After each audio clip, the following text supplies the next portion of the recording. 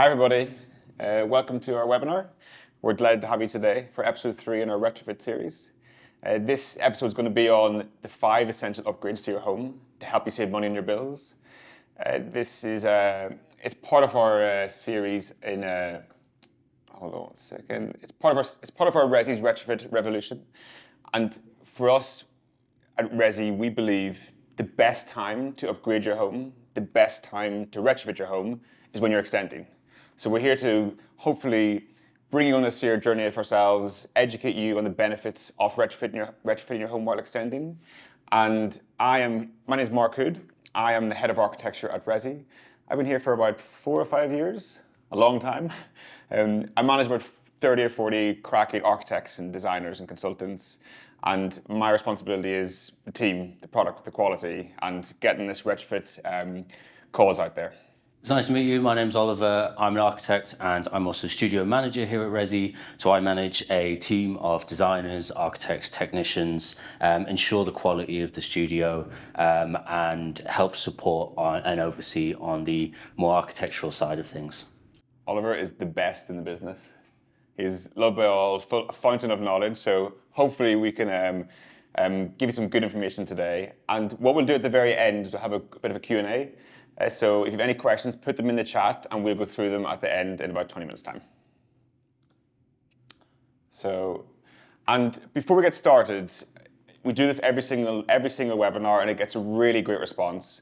So we want to give you some free advice. So the first 10 people who email us, who email retrofit@resi.co.uk, that's retrofit@resi.co.uk, with the code RRR, we'll get a free call with one of our team, one of our architects or technicians, and honestly, they are a fountain of knowledge. They know what they're talking about. They've given out so much invaluable advice to date. So the first 10 people will get that free advice call straight after the webinar. It's a great offer, isn't it? Fantastic offer. And the knowledge that you're getting there as well is embedded in not just the experience of the studio, of the designers, the architects, but also from all the partners as well that we work with, the collaborators. It's such a rich bed of information that we want to expose everyone to. Exactly. Sounds great. So Resi are the UK's #1 home extension company. It's a bit of a mouthful and it's a bit of a lofty sentence to make, but we are the largest company. We deal with the most amount of applications for a small for a residential architecture company. We have dealt with 7,000 homes over the existence that we've had, which is an incredible feat to say.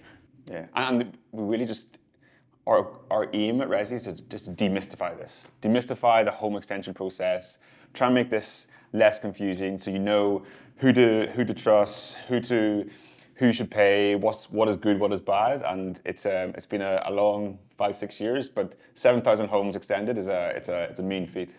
Yeah, and that scale as well is quite a large scale. So we're talking not just about small extensions, garage conversions, but even big, large scale developments to your home. Lots of series of elements being added, huge configurations. You know, there's no real limit to the approach we try to take to renovate people's homes. Absolutely.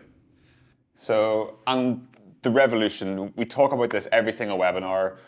We want to educate as many people as possible with retrofit advice because nobody knows what it means. Like I ask my parents all the time, what is retrofit? And they're like, is it upgrading your curtains? Is it painting your walls? But it's not. It's so much more, which we'll come on to in a second. So just to hammer home, Resi's retrofit revolution is us giving free advice to our hundreds of customers, thousands of customers, so they can understand, not be led by the sort of the misinformation online, and understand the true benefits of retrofitting your home. And also break it down into a series of manageable steps as well. Yeah. It sounds like this huge feat, this big idea, this huge movement, but there's actually so many small scale steps that you can make. It's not about having to turn your house upside down and you know, take everything apart piece by piece. There are small interventions that you can make day by day to really make a big change to your home. Great. So what are we going to talk about today? So first we're going to do a bit of a deep dive on what retrofitting actually means. And we're also going to break that down into small steps of how you can actually upgrade your home. what those options look like, what you can do per property as well, and why you should retrofit your home. So what are the benefits of it for you as a homeowner? What's the comfort going to be like? How does it affect on your bills as well? And then we're going to have a quick look at why the EPC, which is something that's relatively not widely spoken about, but is such an important part. It really is. Okay, so lots to go through today. So first of all, what does retrofitting mean? Genuinely, I think it's this word which is so confusing. Nobody knows what it means. It's like, they think it's like this wild, crazy thing. But in the simplest terms, like retrofitting is upgrading your home. You're basically taking your home and making it more efficient, a higher performer. And in doing so, you can save money on your energy bills, which is so relevant for everyone right now. It helps the environment. It means you can do your bit. You can like play your bit to save the polar bears or help reduce the carbon emissions. But Oli mentioned it before as well. This is about feeling comfortable in your home. It means you're not cold in your home. It means there isn't the drafts and the leaks in your home. It means your home isn't pumping out emissions. So it really means your home is a much more comfortable and healthy place to be. Yeah, in the most simplest terms, it's an upgrade to your home, but this upgrade does so many things. You reduce down your carbon footprint, which is a huge thing to do. Yeah. But as Mark alludes to, you just make it such a much more comfortable space. You can take out the drafts. You can exclude any additional pollutions that are coming in. You just make your home more of a home. Exactly. So what are the fabric upgrades that you could start looking at? And really, there's so many elements to this, but effectively, you want to look at all the individual elements of your home where there's potential for heat to escape, and look at how you can upgrade them to try and keep the heat inside. So the first place you want to look at is your loft. So you could apply an insulation layer on the inside of there. You can also upgrade perhaps any tiling that you have, any leaks you might have in there. There's the windows that you might want to look at as well. So whether you upgrade them to an additional level of glazing, and also your doors and your flooring as well. So basically take your home apart piece by piece, have a look at the individual elements in there, and where can you start to make small improvements. Absolutely, and we're going to focus on this today. Previous webinars we've spoken about what I'll go on to now, but today we're going to focus on the fabric. How can you make the fabric of your home work better for you while retrofitting? And we spoke about in the previous webinars, you also have the options for solar panels, batteries, and heat pumps. This is more about the decarbonization. This is about looking at your heating systems. This is about looking at how you can bring energy into your home, how you can store energy in your home, and how you can use it more affordably. So the mechanical upgrades, we've touched on this in the last 2 webinars. So if you want to check them out, go onto our YouTube channel, you'll see the webinars there, broken down very clearly. But today we're going to focus on upgrades. And the 5 essential upgrades that you want to be looking at with your home. Absolutely. And we talk about this a lot. And Resi firmly believe the best time to retrofit your home is whenever you're extending. We said to all our customers, it makes sense for so many reasons. And for us, in the most simplest terms, economies of scale. Yeah. It costs money to bring builders to your house. Just to get them there, to drive there, to set up their portaloos and to put the hoarding around the house. So if you're thinking about retrofitting in a few years' time or now, and you want to extend now, do it all together. And that goes with any kind of works you're doing to your home. If you're thinking of phasing a loft with a ground floor rear extension, just be aware that there's a scale of economies where everything is much cheaper being done all at once. It's obviously not always possible, but there, especially when it comes to the retrofitting side, there will be small interventions that you can incorporate. 100%. And the whole house efficiency, sometimes I find it quite interesting if you have this beautiful extension, it's designed fantastically, it's high performing, and you've got a leaky house. It undoes all the benefits. Exactly. It's counterproductive. It's counterintuitive. So to look at the house, we at Resi try and look at the full house and let you know that yes, this is a cracking extension, but if you spend an extra couple of grand here, or a couple of £100 here, you could upgrade your home to make your heating work less hard to heat your full house as opposed to losing the heat through the main house. And also disruption. We'll come on to it in the next 20 minutes. some of these options are quite disruptive. The insulation or the underfloor heating or the windows. And if you were going to disrupt your house with the extension, it's better to do it all at once. It's better to get the kids out of there for this 1 week or this 2 weeks.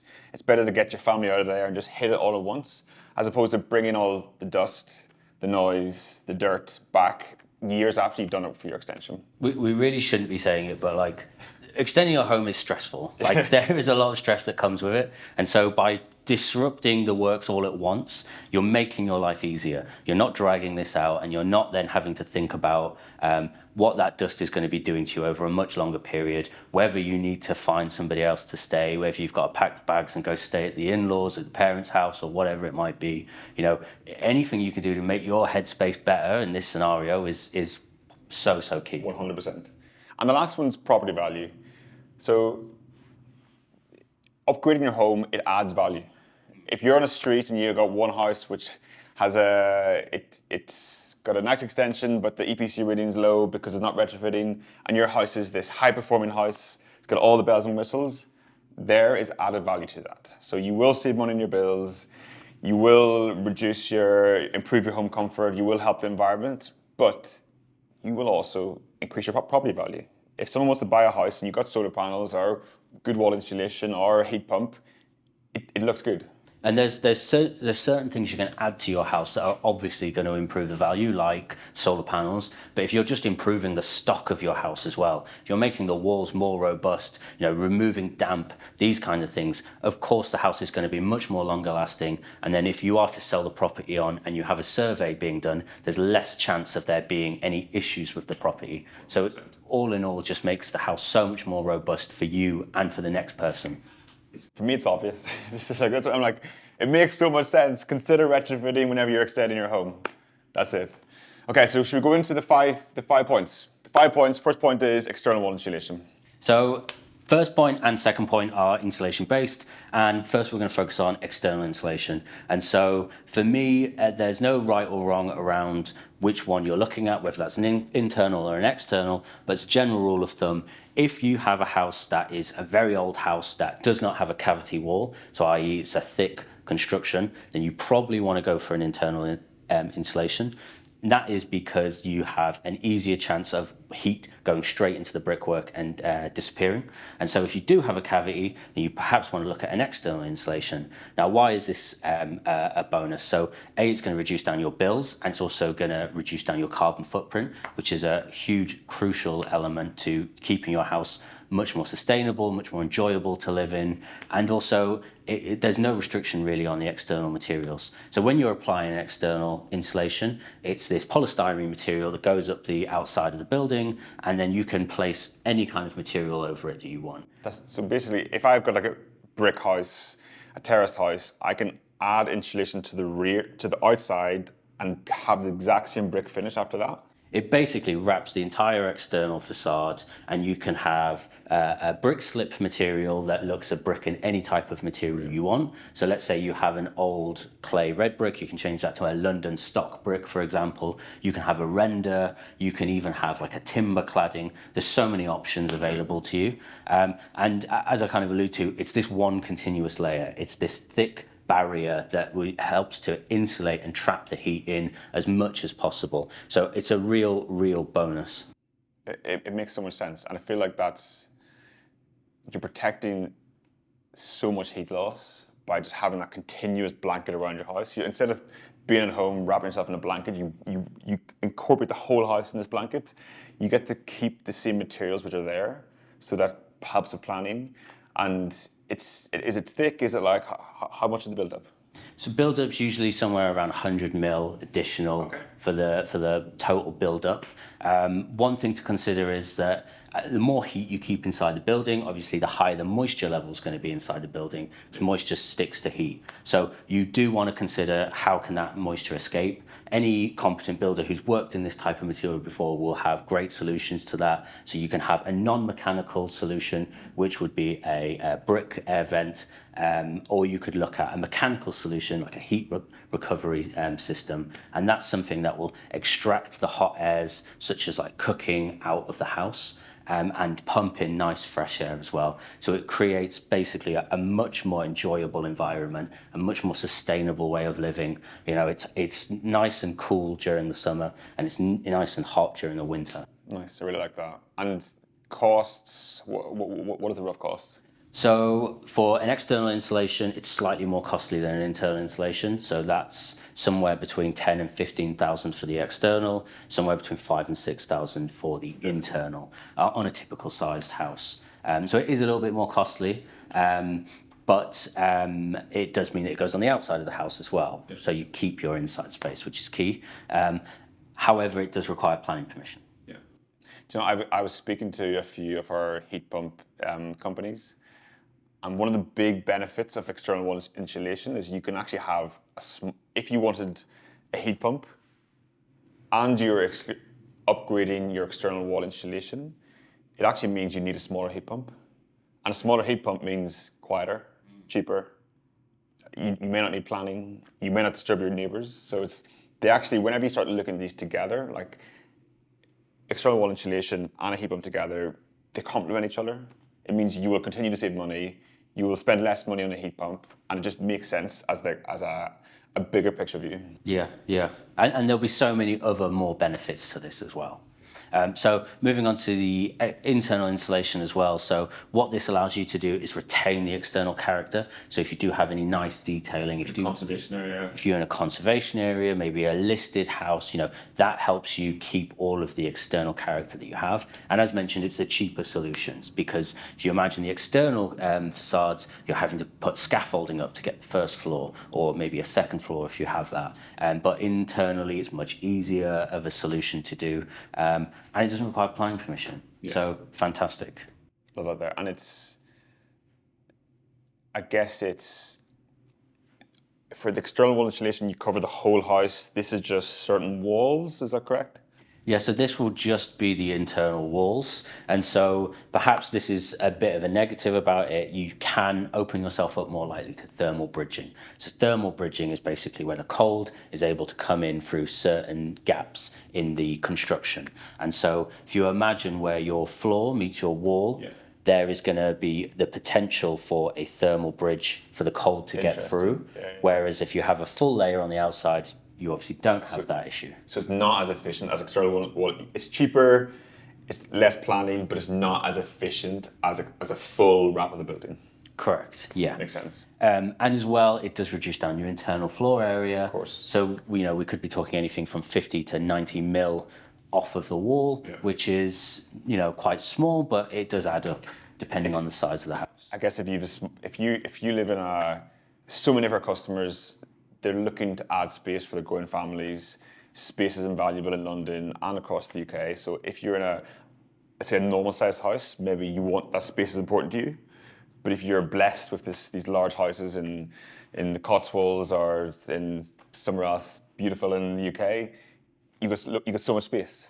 Yeah. You can forgive yourself for letting go of that 50, 100 mil. So many options. And as you kind of alluded to, it's both a bonus and a negative for listed buildings. Reason being, you've got this external character that you might want to retain. However, any internal alteration to a listed building does need to be approved by English Heritage. And so it's not to say that it's impossible, but what it might require is a planning consultant to be brought on board, that a heritage consultant perhaps understand what is the historical, the protected parts of this house. Can it be carefully removed and reinstated? It's not an absolute no, but it does require thought and it does require planning. So I'm guessing, like, if you have a beautiful cornicing in your house, or you have ornate stairs, or these beautiful skirting boards or timber paneling, and that sometimes listed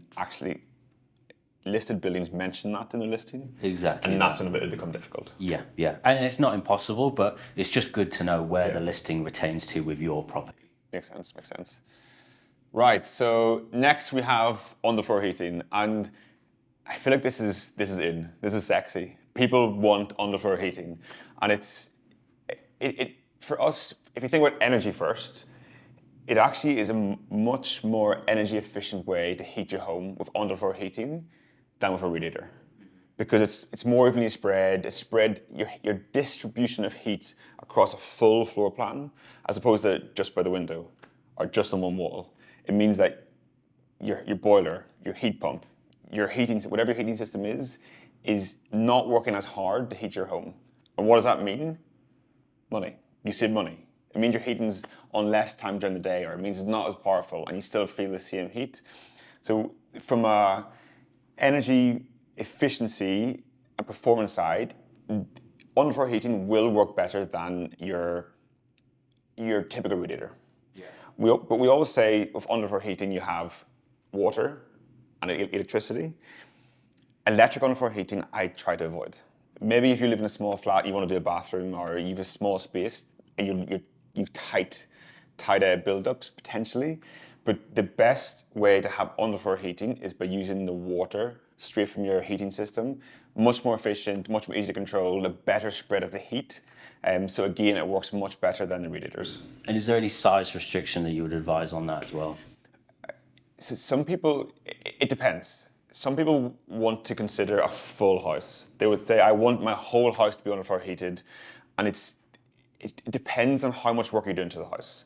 Like if you came to us and you wanted to do a rear extension and a loft extension and a full internal reconfiguration, I'm like, my goodness, consider underfloor heating. It makes sense. You're disrupting the place anyway. Like, make sure you go for that. But then if you're just doing a rear extension or a side infill, then we're like, maybe just keep to that area. Just like you don't want to lift your beautiful herringbone floors, and you don't want to lift your timber floors, and you don't want to disturb the nice bedrooms you've done 2 years previous. So it all depends on how much work you're doing to your house to where it makes sense to really disrupt the rest of the house. And on your point as well about it being just heating in this one area, you've also got to, I guess, take into consideration your furniture layout as well. 100%. And I think this is one of the main drivers. Not everyone, let's say it now, not everyone cares about energy efficiency. You should, because you save money on your bills. But if you were to install underfloor heating, you get to remove all the radiators. You get to put a bookcase where the radiator was, or you get to put a window seat where the radiator was, and you get to have so much more opportunities. So the aesthetics, by removing these radiators, some can be nice, but some not so nice, you get to have much more functionality, much more options within your floor plan, and again, we don't all live in these big grand houses, so space it's so important. So that extra 200 millimeters could change the room. We've currently been having about a 6-month discussion at home about where the bed's going, purely because there's this one radiator right in the way. Yeah, get rid of it. Get rid of it. Honestly, Oliver, just get rid of it. I'm joking. No, but that's a prime example. It could be the bedroom, the living room, the kitchen. It does impact your floor space, so this gives you more flexibility. But costs, there are costs with underfloor heating. So you may not even need to change your radiators. So there's an additional, you're coming from a fully new fixed cost. They can be more expensive than a radiator, depending on how fancy your radiator is. But to go back to my previous point, they are more energy efficient. You will save money on your bills with this here. It's just about, if you're in the house for 1 year, 2 years, maybe you don't want to go for it. But if you're going to be in this house for 5, 6, 7 years, my goodness, like it's worth doing your sums. So it's worth higher fee up front, reap the benefits later on. Exactly. And genuinely, whenever you speak to us, we try our best to sort of, you can never really get this right because energy prices change. We try and outline to you the costs and rough payback periods.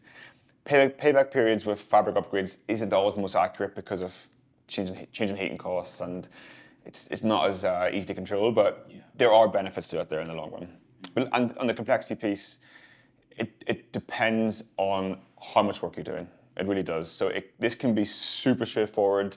I'm doing a rear extension, let me put underfloor heating in, or it can be a bit more complex, depending on your work. And again, whenever I see the architects and designers in your team and the other teams, they are experts in this. They give the advice, they give the cost, they give you the sort of, if I was you, a bit of advice, and that's what you need to hear, and that's what gives you the best chance of making a good decision here.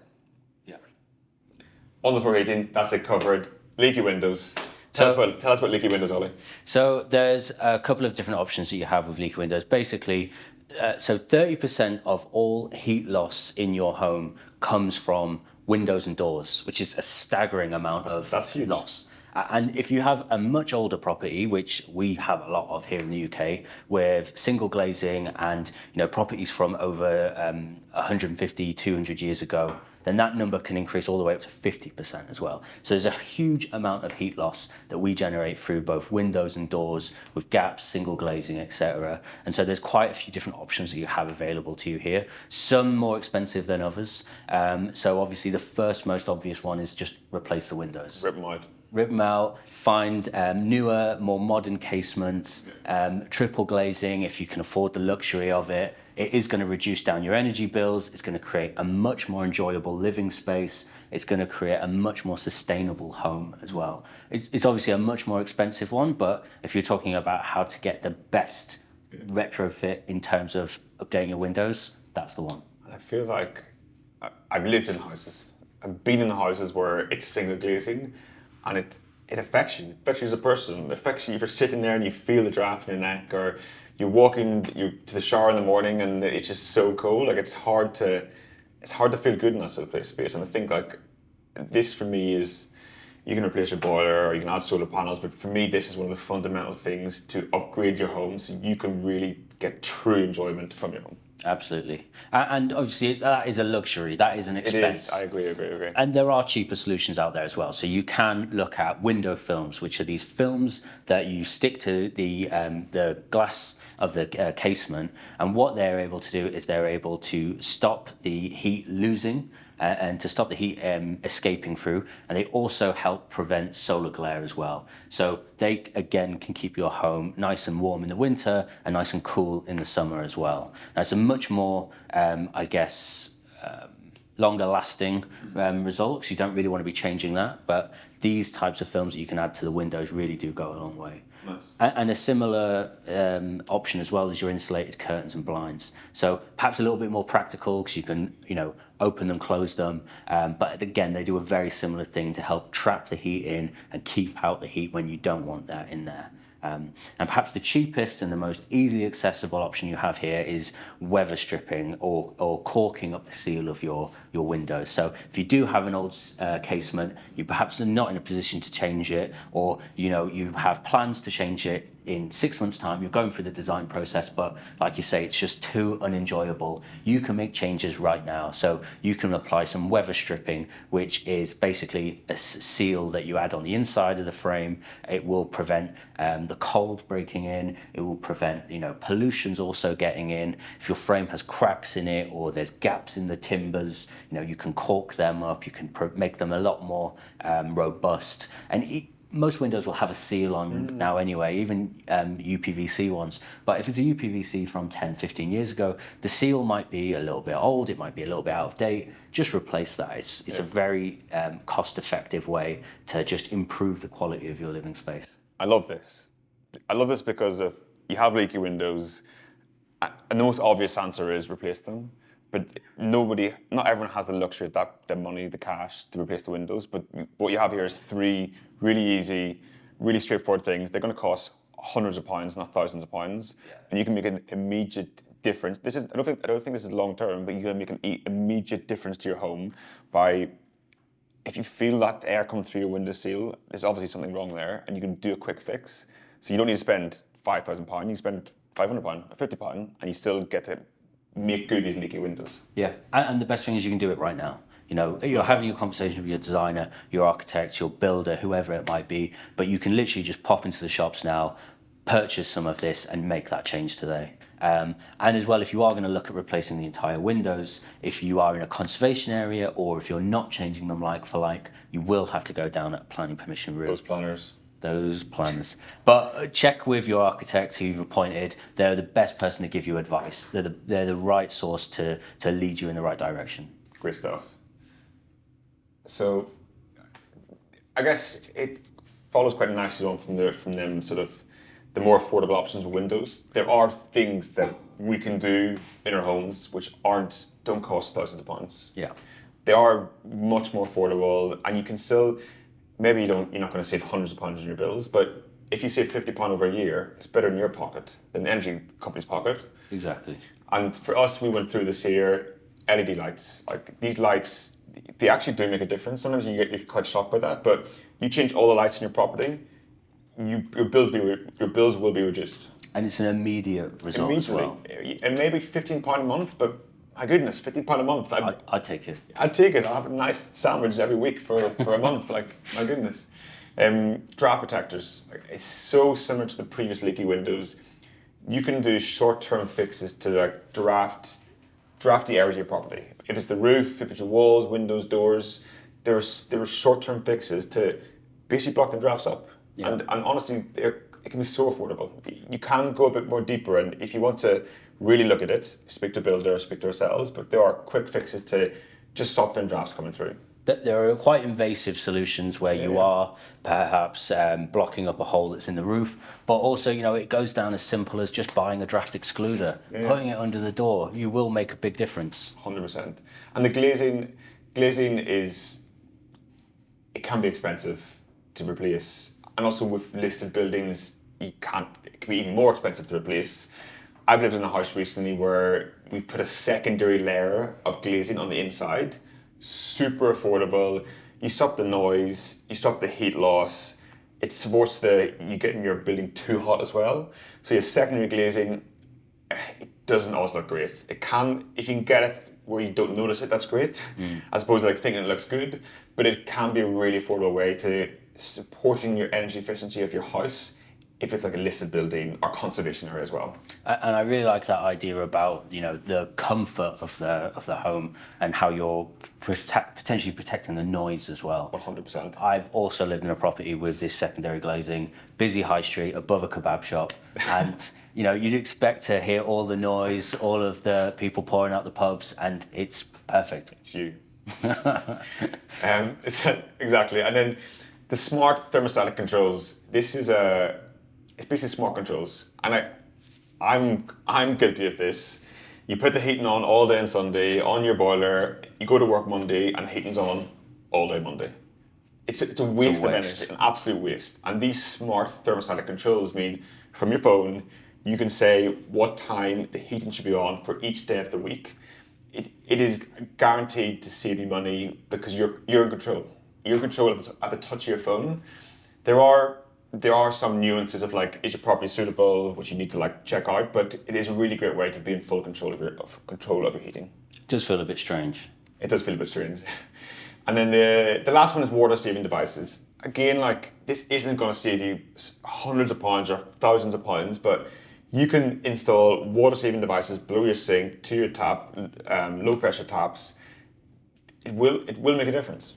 You will use less water. Your bills will be less. And so you're saying that that's something that people can start adapting in today? So, great question. If you're thrifty, if you can work your way around the sink, definitely.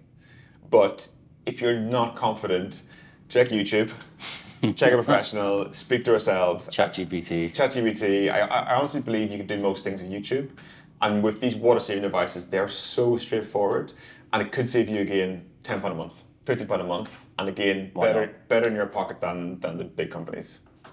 And obviously, with all of these, your house has to be compatible. LED lights, you may have to change more than just the light bulb. Same with the rest of them. So there is a bit, not everybody can do them, but at least ask the question, check your house, and if you can, great stuff. Perfect. And finally, the one everyone's been waiting for. How important is your EPC? Do you know what an EPC is? I do, but for the sake of this, I'll say no. So an EPC is an energy performance certificate. Most houses, I think every house should have one. Some are outdated, some are up to speed, and they're not perfect. But right now, they're super valuable. They really are. They will let you know what is your current performance of your building, your home. The EPC will tell you what is the energy performance of your home. But it'll also tell you what you can get it to by doing these measures. So it is an incentive to you to outline what you can do, which is really useful. If your EPC is higher, again, living beside Joe Blogg's EPC D, your EPC B, it's more value to your property. It is a more attractive property for the buyer if it's a higher EPC. The government are bringing out more and more policy on environmental aspects, and EPCs are tied to this. So there will come a time soon, 5, 10 years, where you have to have a certain measure for your EPC, a certain level. But something probably more interesting than that, because no one likes the government, is the potential green mortgage options. This is gaining traction. With certain banks, if you have a certain EPC, you can get a better rate. You can have a green mortgage which is 2.1 instead of 2.2 because your EPC is B. It's great. Incredibly critical. Yeah. Considering the prices for mortgages at the minute. Exactly. So, and this isn't guaranteed, but look to your banks, speak to your mortgage advisor, ask them about it because they are out there. So by upgrading the loft insulation and upgrading the windows, you may be able to save money on your mortgage. And there are also a few grants and schemes as well that the government are Exactly. So great point. There's grants and schemes out there at the minute. We're actually going to do another webinar on this because the grants it's like a minefield. It's really hard to understand what's available. Some are means tested, some are EPC based, some are universal, and each one of them are even like locational based. So in our series, we're also going to do an EPC, a grant update, so you know, if I live here and I earn this much, what is available to me? Can I save money on my heat pump, my insulation, my solar panels? And we're going to try and bring it all to one place to educate you guys. Easier said than done. Exactly. And also, so EPCs are about £50, super cheap. Definitely try and get a good company to do it because my 18-year-old cousin can do it. The training isn't that extensive, so get a good company to do it. That would mean that it is relevant to you in your home and much more accurate. But the information that you do get from that, I was quite shocked by the level of detail. Yeah. There's literally pages of detail saying, upgrade your insulation in your loft as X, do Y, and you will save this much money. Yeah, it's incredible. So that's it. That's the 5 ways to upgrade your home to save money on your bills. I find this really insightful. Yeah, and I think as well, it's really important for it to all be broken down as well. I mean, when you put it in the phrase of retrofit revolution, it sounds like this big cause, this big drive, but it doesn't have to be that. It can be broken down into a series of steps. It can be a few small things that you bake into your everyday life, you spread over a few months, a few years. It could be things that you're already doing now anyway that you perhaps don't even realize are retrofit based. So it really makes this scary, big, political, economical talking point something so relative and so easily digestible. Yeah, and I think that's the essence of it. We want to let people know that it isn't scary and it is affordable and you can save money on your bills. And we firmly believe it is easier to upgrade your home when you're extending. Absolutely. And this is the time to do it and consider it. And we are determined to give as much free advice to as many people to educate everyone in what retrofit is and the benefits and the risks and the things to look out for. So this is why we're here today. And again, just touch back on my previous comment. The first 10 people to email retrofit@resi.co.uk with the code RRR gets the free advice. Gets a call with one of our experts and they'll run through any concerns you have. That's it. Fantastic. So we're going to do some questions. Let me just stop sharing. So let's go from the top. So first question is from Anonymous. Can you send out the presentation slides to all attendees? Absolutely. So what we're going to do is we are going to send out, if you've registered for this webinar, we'll send out the slides and the link. But also we're going to put this on YouTube. So if you go to our YouTube channel, it'll be broken down into chapters. You'll see each chapter. You'll be able to see the information, like and subscribe so you can see the next webinar as well. So that's really important. But yeah, that'll definitely be there for you guys. Richard, so hi fellas. Just wondering how disruptive the installation of underfloor heating is and how long you think it takes to install. It depends. It depends. If you're doing a small extension, and you want to underfloor heat your full house, it can be super disruptive. But maybe you want to do that. If you're extending your rear extension and your loft and changing all the bedrooms and everything else, it's not that much different.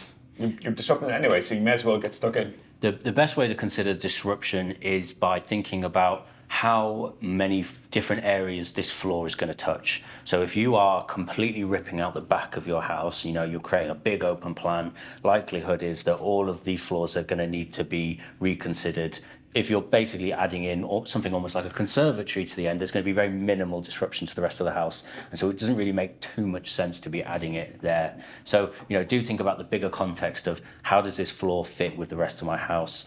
Do I need to then rip up the flooring to build in my new extension? Am I also going out the side as well? And so all of these things are going to be interconnected somehow. The more elements and the more open plan, the more disruption likely. 100%.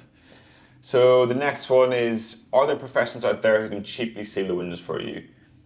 There definitely are. And I guess this depends on, there's so many odd jobs companies, window companies who have like these more sort of small bespoke services. I would say, my advice to you would be Google it, speak to window companies, price it up, see how much it costs. But there's also like, if I was doing it, I'd do it myself. And I'm not that handy. I'm really not. Like, I could do a few things, but some of these quick fixes, it's about like getting the seal, going around the windows. So there's things you can do yourself. And before you do it yourself, definitely check with a professional, get their advice, send them photographs, get a price, and then you can see it from there. Use Check a Trade, speak to your architects if you have one as well. They'll likely have contractors that they've worked with who will be able to give advice.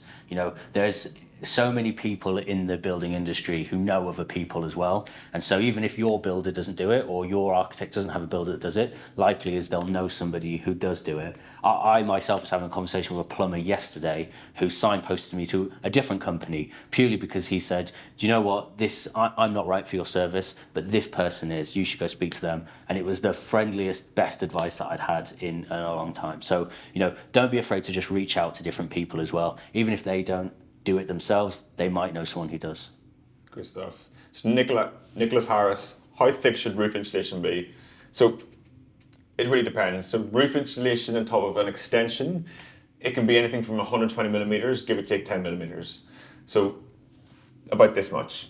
If you're going to put insulation into your loft, let's say, you can do the bare minimum. You can literally do your insulation between your joists and that's it. But what we're now encouraging people is to double up. So you put your insulation between your joists, but also put an additional layer across the whole joists, and then you put your walk-in on layer, you put your Christmas decorations, you put your Hoover and everything else. If you do that additional layer, Oli talked about the cold bridging, it means you stop again the cold bridge. It means the heat can't get through the joists.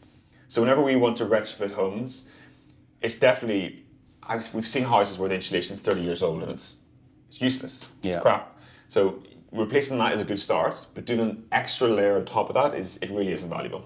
Absolutely. Robert Watts. So if you have pebble dash in 1948 house, should you remove before external insulation? It's fine. It's fine. Yeah. Sometimes what we've seen is where we fix into the house with the timber joists, we'll cut that there out so you get a nice clean fixing.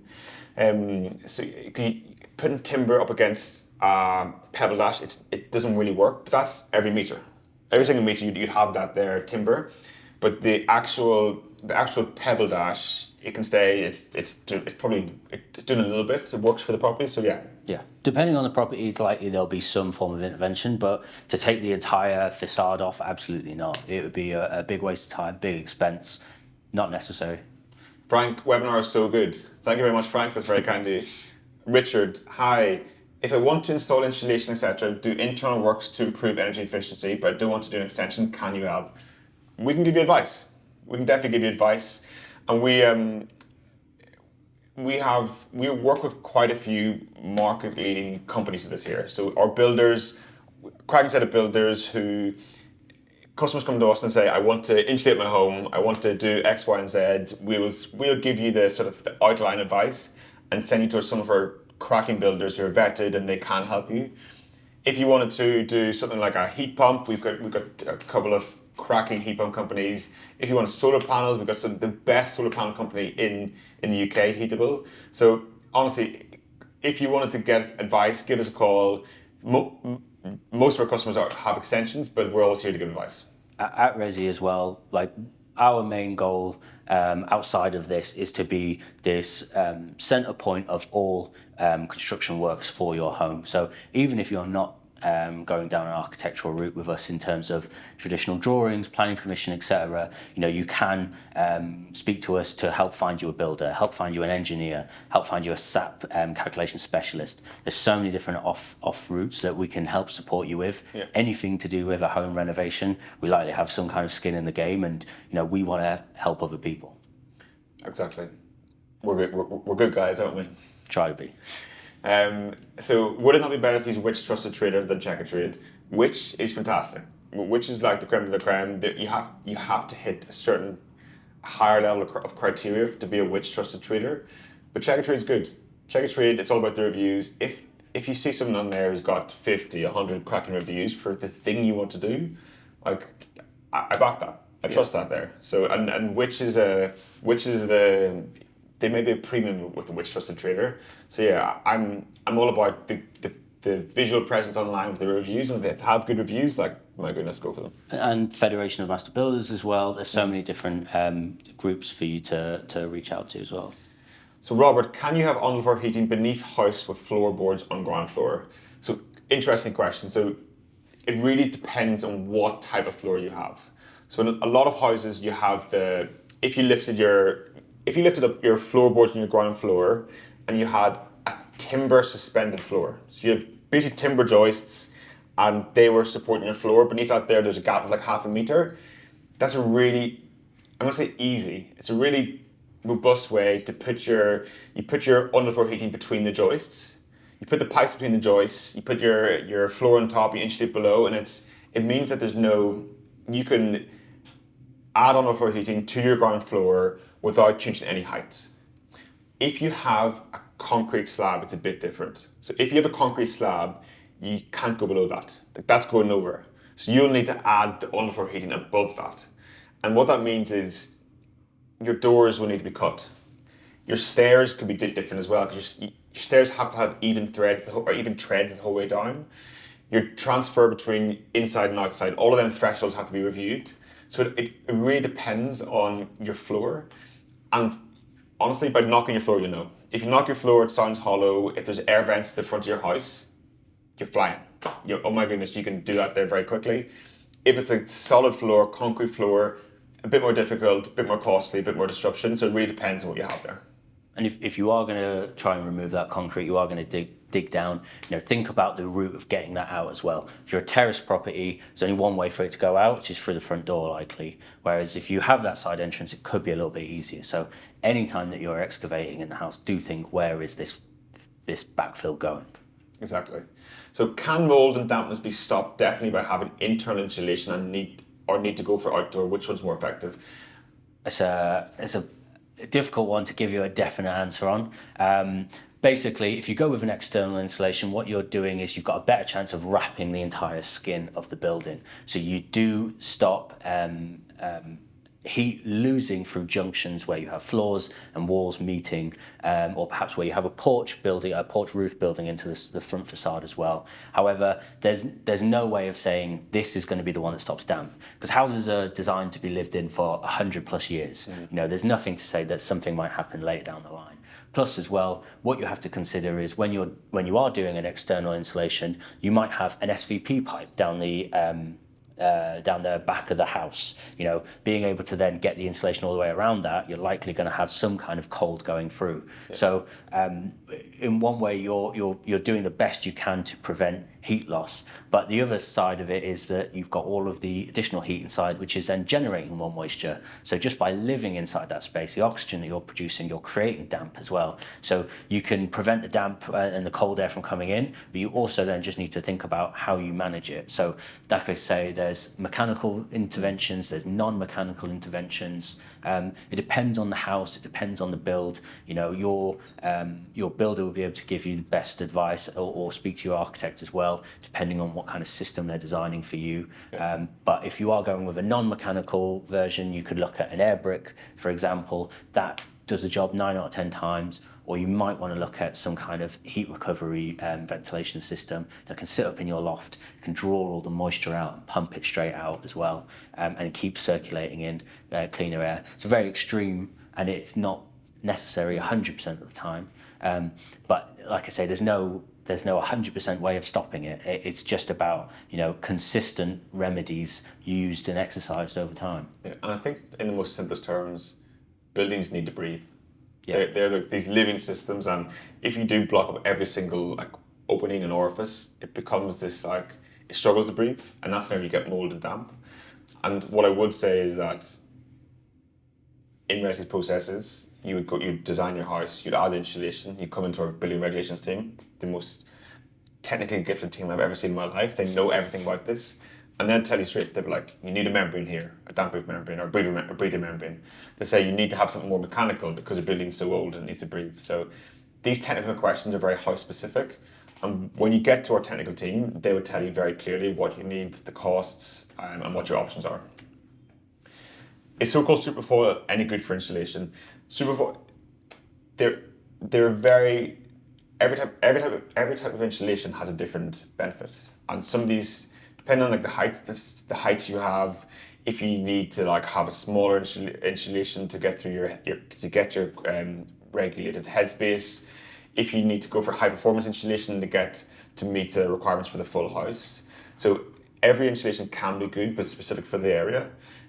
So again, I'd say either a retrofit call or with the building regulations team, we talk about this here. We talk about the specification, what's the right type of insulation. I seen a detail there last week from Ben and your team, which was beautiful, which had the superfoil insulation in it. So yeah, it really depends on the specific requirements of the house.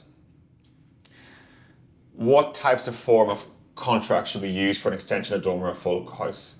So the contract you're using really depends on the type of procurement process that you're going through. So are you going down a more traditional route? Are you going with design and build company? The JCT suite of contracts is a fantastic suite of knowledge, and it's so widely accessible, so widely used. And the reason why it's good to use commonly used and widely used contracts is because they're easy to understand. Most builders know them, and touch wood, should anything go wrong, if it's used in a court, it's so widely known that it's going to be easy to defend a case or to understand a case. With that being said, for small scale residential works such as an extension, a dormer, you probably want to look at the minor works contract, or depending on what type of builder you're going with, speak to them, ask their advice, see what they're commonly using, and try and get a feel for what they are very aware of. Yeah, and I think as well, speak to us. Our team here, they have so much knowledge in these contracts, the right type, the right project. So if you were to give us a call, if you email us advice@resi.co.uk, we will outline to you our best advice. We'll put you in front of our architects or designers or technologists, and they will give you their best recommendation based on the size of your property and the risk you want to take or not want to take. So it's all about the house specific, what's specific to your house, and by speaking to us, it'll give you the best chance. And the design as well. Depending on how bespoke of a design you're going for, that's going to alter. There's so many different aspects that are going to affect what type of contract you choose. But yeah, like Mark says, speak to somebody here. We'll be able to give you the expert advice that's bespoke to your project. Exactly. Mr. Whiteley, I'd like to get a clear idea of the cost of your services and potential build costs of my project in general. How do I go about this? Thanks. Honestly, speak to us. Give us a call, email us at advice@resi.co.uk. Our team are unbelievable at this. They've done 7,000 projects. They know, we've cleared so much data. We know the cost of every type of extension and every type of area for the UK. So definitely speak to us. That's on build costs, that's on design costs, that's on any additional costs. So we're definitely on that there detailed. So if you have any questions, the team can give you the answers very quickly. So yeah, in short, just speak to us. Through our free consultation service as well, which is what we do right at the beginning, we also give you feedback and advice on how viable what you want is for your property. So it might be that you want to do X, Y, and Z, but there may be some kind of planning restrictions in place, or there may be some kind of covenant in place that stops that, or your budget might be X and you need that expert opinion on what can you do with X? So we can give you that free advice in a consultation as well that'll help you, give you the right steer so you know exactly what you can do with your house and how you can achieve the thing you want to do. Exactly. I think we've got one more. Vanessa Christie. At what stage should we take advice? Planning or building regulations for heating, cooling, insulation? As early as possible. Not too early, but once you want to be thinking about the design, the energy efficiency, the insulation, all at the same time. And it's crucial for two reasons. First of all, budget. Like, these cost money. And depending on what you pair with, in terms of like a heat pump or insulation or solar and underfloor heating and your extension or your loft extension, they all cost money and they changed no matter what you have together. So it's really important to get it done early in the design. And the second thing is, like Oli mentioned quite a few times today, planning. Depending on the size of your heat pump or your solar, or if you go for internal wall insulation or external wall insulation, there are planning requirements. So we always want to capture it all together. So whenever we submit an application, it's just one application or one or two applications, but submit at the same time. So I wouldn't wait. You can wait and we can sort you out, but to get the best advice in the best order as efficiently as possible, at your design stage, think about this advice. And is what that can do as well is that can give you quicker and sooner a much clearer timeline in your mind, a much clearer idea of what it is that you need to do to your property and when you might start doing that. You know, the more information you give up front at that design phase, at that concept phase with your expert, that's when they can start plotting out a timeline of events for you so that you're not spending, like Mark says, 2 months in planning, then going back for another 2 months and potentially restricting a summer build and then having to wait until December. But you can't do December, so you then got to wait until the following spring. You know, Exactly. all of that expert advice can be given as soon as. Great. Guys, thank you very much. If there's any more questions, you can book in a free advice call right now on our website, resi.co.uk. That's resi.co.uk. I've enjoyed today. It's been great. It's been fantastic. I've really enjoyed just getting the information out there, talking about retrofit and the options you all have at home. So yeah, thank you very much for tuning in today. The next episode will be out in a few weeks' time. And yeah, have a good day. Thank you guys. Take care. Take care. Bye.